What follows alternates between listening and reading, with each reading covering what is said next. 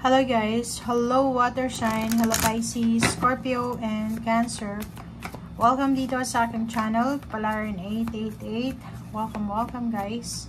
Alamin natin kung anong messages, vibration, gabay energy, para sa yung lahat. General reading siya, so daily tarot reading. Okay, water sign, Pisces, Scorpio, and Cancer. First card mo dito is number 25, number 7, high honor.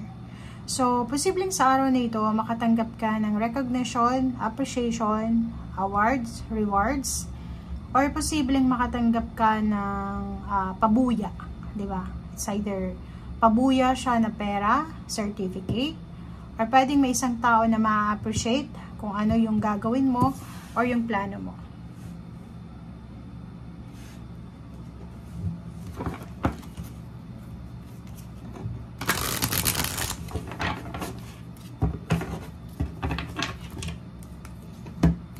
Okay, water sign, Pisces, Scorpio, Cancer. Okay, Queen of Swords. Meron ditong water sign, Pisces, Scorpio, Cancer na gusto nilang matapos na yung mga pinagdadaanan nilang hindi masyadong maganda and nakafocus sila sa direction ng forward, diba? Yung parang willing silang let go yung nakaraan, willing silang umalis sa situation na hindi na maganda para sa kanila. Like for example, it's a business or sa work or pwedeng relationship. Nakikita ko sir dito na nakafocus ka para sa future mo. Okay? Ito naman is Ace of Cups. Yung iba sa inyo dyan, yung focus nyo sa araw na ito is yung kaligayahan, emotional happiness. Ang focus mo sa araw na ito is yung maging masaya ka, maging peaceful, maging stable, secured yung mindset mo, physical body, mental health, parang ganon, or lalo na yung physical health. Nakikita ko yun yung pinaka-focus nyo sa ngayon.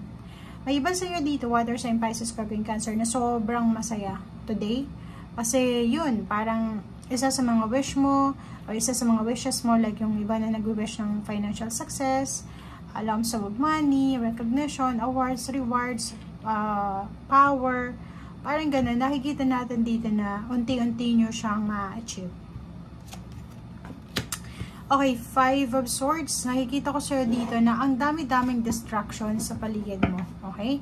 So, ibig sabihin yan, maraming mga dahilan.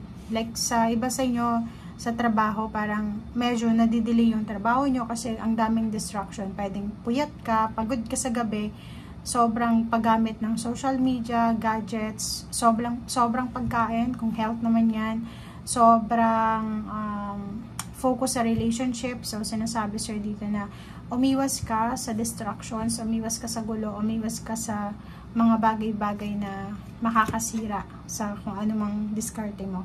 And nakikita ko sir dito na may pinaplano kang travel. It's either travel for leisure or for business, for business, or pwedeng reunion, family gatherings, or anything. Kita ko sir dito may plano ka ding mag-relocate. It's either work, relocation, or sa family. And may iba sa inyo na parang binanghihinaan kayo ng loob kasi feeling nyo financially hindi nyo mapoprovide yung needs nyo na kailangan makaipon. Kasi diba pag nagte-travel ka or mag-relocate ka, kailangan may pera. Dito sinasabi sa'yo na huwag kang masyadong mag-alala. Huwag mong i-give up itong planong ito. Kasi, yun nga yung sinasabi, may honor, high honor kang matatanggap. Okay? So, eto naman, Page of Pentacles, may incoming siya.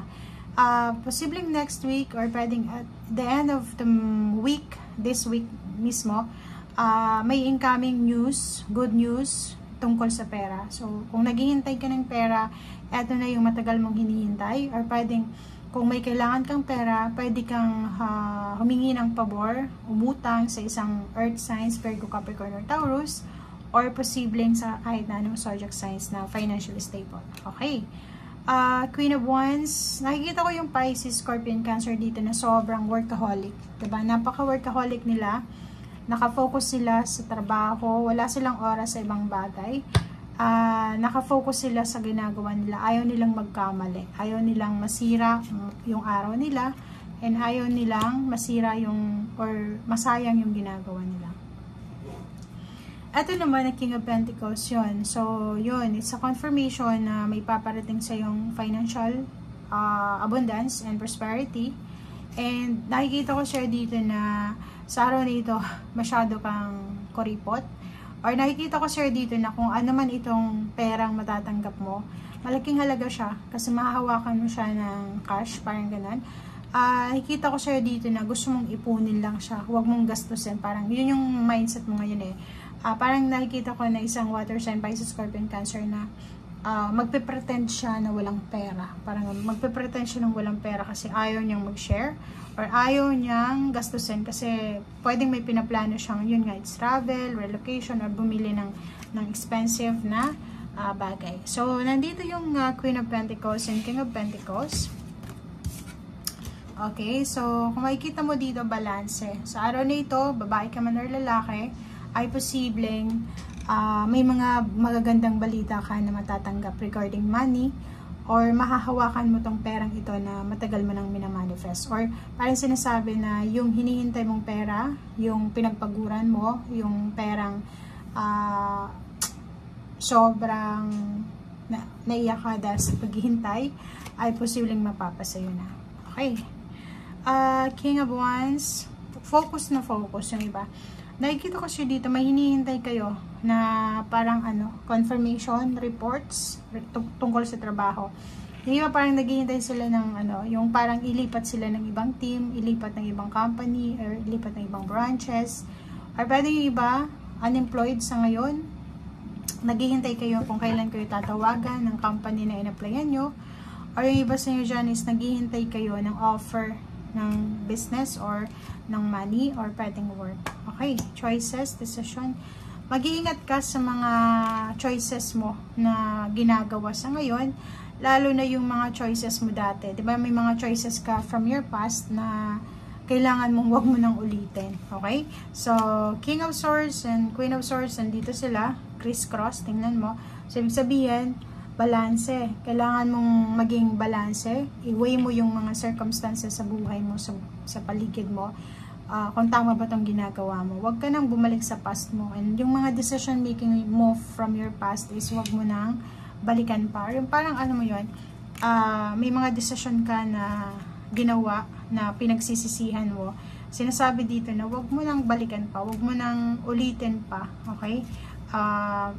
Isipin mo na sayang yung oras kung gagawin mo ulit yung isang bagay. Like for example, may gusto makipagbalikan sa'yo. Alam mo na sinaktan ka, tapos na yung relationship nyo, nagsisi ka sa iyong desisyon few months ago or years na bakit siya ganito ganyan, bakit siya naging part ng buhay mo. So, wag mo nang pabalikin pa. Example lang yun. 4 of Swords, nakikita natin dito na sa araw na ito, as much as possible, pag-isipan mo lahat ng decision making mo, and at the same time, kailangan mong i-prioritize yung health mo, yung healing, physical, mental health. Okay?